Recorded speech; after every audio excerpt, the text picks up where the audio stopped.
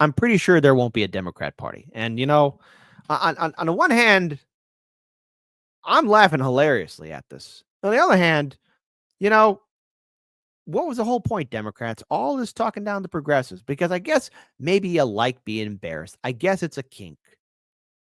But, Democrats, you did select a new chair that has gone on the record saying that there are good billionaires. Well, gee, I remember Democrats, you were really close to a lot of good billionaires.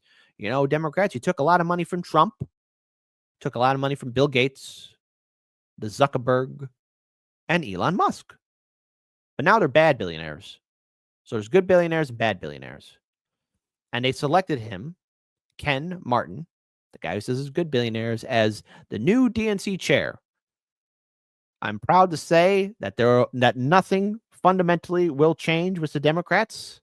And as always, the Democrats making all these changes is nothing more than disgust to me. And here's what I think about it.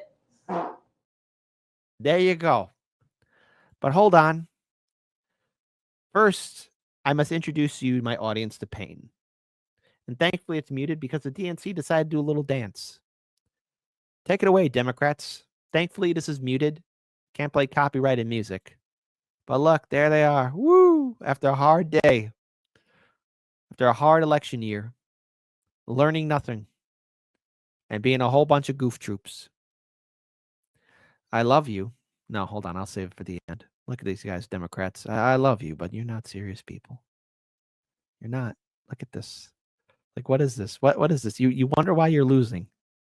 What is this? And yes, I know before anyone says, oh, but Republicans dance. I know, but see, they have no reason to dance. Democrats, this is not the big win that you think it is. It isn't. I gotta do the Logan Roy quote. I love you, liberals and Democrats. I love you. But you are not serious people. And they're not. Especially when you select this guy. Shout out to Case Study QB. Case, I don't know how you sit through it.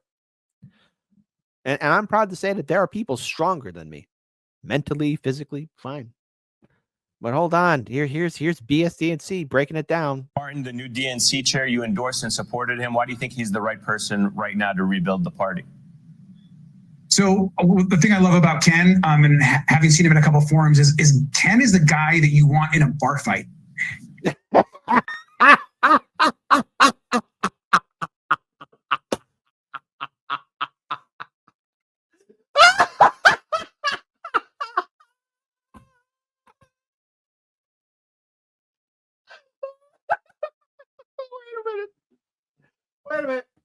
Wait a minute. Hold on. Ken's the guy you want in a bar fight. Get that steel chair. Ken, get it. Get it. We got to get these bad billionaires. Oh, my God. Oh, my God. What kind of bar fight? You got to be specific here. Say it again. Hey, Democrats, hey, liberals, go ahead. Yell at me as much as you want. But it's stuff like this that makes me and everybody else in independent media and my audience laugh at you. I remember your high point when you were all high and strong in 2020. If you don't do this, we're going to cancel you. If you don't support us, Democrats, you're a fascist and a Trump supporter. You guys are morons. Oh, my God. Anybody who was part of that association in 2020 and by proxy in 2024, shut up. Just shut up. In a bar fight, folks. Say it again, homie. So the thing I love about Ken, and having seen him in a couple of forums, is Ken is the guy that you want in a bar fight. Ken is tough. He's aggressive. Oh my God. Oh. Hey, Keaton, Nick, Russell, Jimmy. Ken's the guy you want in a bar fight. All right, guys. So, Nick, you're in trouble. Trust Ken, the good billionaire guy who loves good billionaires.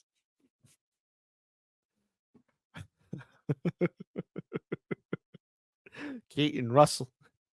If you ever need anybody to back you up when times are tough, trust in Ken. Jimmy, That new DNC chair, he's going to make sure those good billionaires rebuild LA County. He's the guy you want in a bar fight. Audience, stop being mean. Stop talking about docking situations. He's a union guy. He knows how to throw a punch. And I think the party was looking for someone that is actually going. I'm sorry. Look, hey, Game of Thrones here. I'm going to stop my pausing here. But, you know, just like when Tywin Lannister says, anyone who says I am the king is no true king. Anybody who says that guy, he knows how to throw a punch. No. No one needs to know if you know how to throw a punch. If you know how to throw a punch, people will know. You don't need to make that assessment or judgment right there. And he's head of the DNC chair. And he believes in good billionaires. You know what that means, folks? He ain't punching anybody. He's going to punch anyone that's going to suggest otherwise. And by punching, he means canceling them, censoring them, and removing them. He knows how to throw a punch. And I think the party was looking for someone that is actually going to want to fight Donald Trump and the MAGA Republicans. And I think that's what Ken was able to communicate. Look, we actually had some great people. And I think the top two candidates were both actually like fantastic, both progressive, both good Democrats. I think Ken knows how to throw a punch and not wait around. He knows that we've got to actually be on the offense. And so I'm hopeful that he takes that message across the country. We're going to need him. And I think all of us have got to be there to support him. All right, yeah, you know something here's something I gotta say to that. Here's something to say to that right now, because Democrats, people don't like you. It's comments like this that have us make fun of you. So how did he win the White House, and why are Republicans in control of the House and Senate too? It's because the Democrats suck terribly. They broke apart their coalition, and the quote unquote progressives in DC never fought for us. Bernie, AOC. The squad. Well, people dislike the Democrats even more. A recent Wall Street Journal poll showed 60% of Americans view the party unfavorably. In November, Democrats lost ground with nearly every demographic group, including minorities, women, low-income voters, and those without college degrees. It's in this political wilderness that Democrats gathered this weekend and elected a new DNC chairman in Ken Martin. Martin is the longtime leader of the state Democratic Party in Minnesota, and he defeated Wisconsin Democratic Party chairman Ben Wickler, even though Wickler had the support of Nancy Pelosi, Chuck Schumer, and Hakeem Jeffries. Now, Martin takes over a political party in need of new leadership and, quite honestly, a new strategy. We are in a time when Americans badly need a functioning opposition party to push back against this madness that we're seeing from Elon Musk and Donald Trump. But it's not just the average person asking Democrats to put up more of a fight. The New York Times reported on a tense call this week, 6 Democratic governors pressed Chuck Schumer to be more aggressive in fighting back against Trump's agenda. Minnesota. No, that's the key word. Governments are telling them to push harder against Trump. They ain't going to do it. Listen, this has all been played out. We've seen this before. What, the resistance? Yeah, I remember the parades. I mean, protests. Shout out to Nick Thompson. Came up with the phrase parades, and I think it's great. Okay, because that's all what those quote unquote protests. They were parades in front of Trump Tower. Trump Tower, that's across the river here in Chicago. That resistance was BS. And I could be here raging all day about how pathetic it was. So the governor, Tim Walz, was on the call, and he argued that Democrats needed to be more visible on television, presenting. Barnes Homestead recorrected that statement, but Kit, they plan resistance protests this week. No, resistance parades. An alternative vision of governing, not just complaining about what Mr. Trump is doing. That's good advice. Don't just say what you're against. Lay out the vision for what you're actually for. Now, but before the party can lay out a vision of what they are for, they need to actually figure out what that is. Last week, when the Trump administration was making a big show out of deporting undocumented immigrants, Democratic Senator Chris Murphy bragged that in the first week, Trump removed 7,300 people. On average, Biden was removing 15,000 a week. Under Biden, 72% of ICE arrests were criminal. Under Trump, it's dropped to around 50%. Trump is removing less people and less criminals. So what's the Democrat? Oh, see, and Trump doesn't like that. He wants those numbers boosted up. But then again, hold on, wait a minute. Let's stop here and ponder for a moment.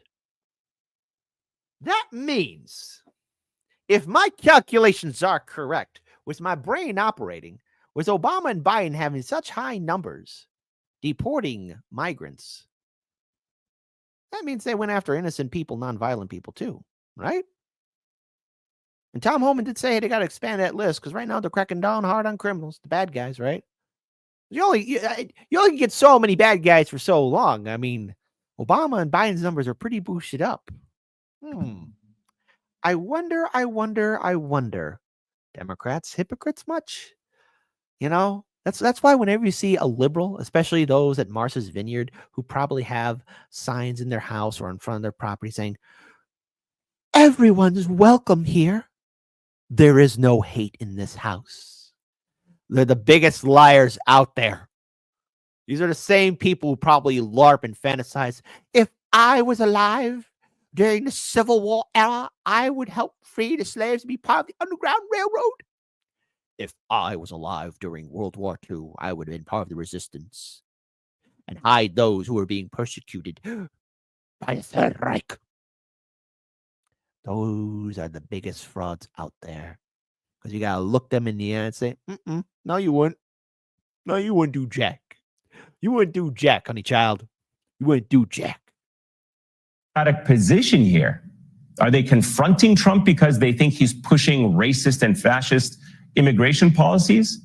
Or are they confronting Trump because they think that Democrats are better at executing those policies?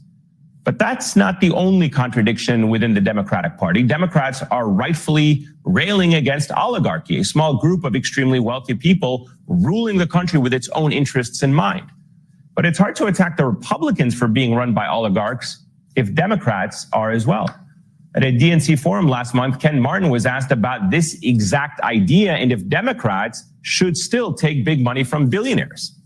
There are a lot of good billionaires out there. There is no Warren Bossing say. I'm sorry, why did I say that? There is no fifth chaos god. What? No. There are good billionaires, okay. You know what that means? It says, hey, good billionaires, meet me out back and I'll show you how to dock. All right, because everyone in the live stream chat's talking about docking. Knock it off already. No pun intended. Are as well. At a DNC forum last month, Ken Martin was asked about this exact idea and if Democrats should still take big money from billionaires. There are a lot of good billionaires out there that have been with Democrats who share our values, and we will take their money, but we're not taking money from those bad billionaires. While Democrats can't unilaterally disarm on fundraising, this billionaire issues is among many lingering questions that await Democrats. And they better start coming up with answers fast because this country is currently under attack from within. Ah, yes, it's being attacked from within. Well, no, here's what's happening. All right. The whole entire political landscape is reacting and adapting to a new environment now. Okay. And unfortunately, the Democrats haven't learned anything. The DNC chair is just going to be implementing the same policies as the old DNC chair. You think they're going to embrace progressive policies or, independent changes? No, absolutely not. They won't do that. They never will, never shall. Simple as that.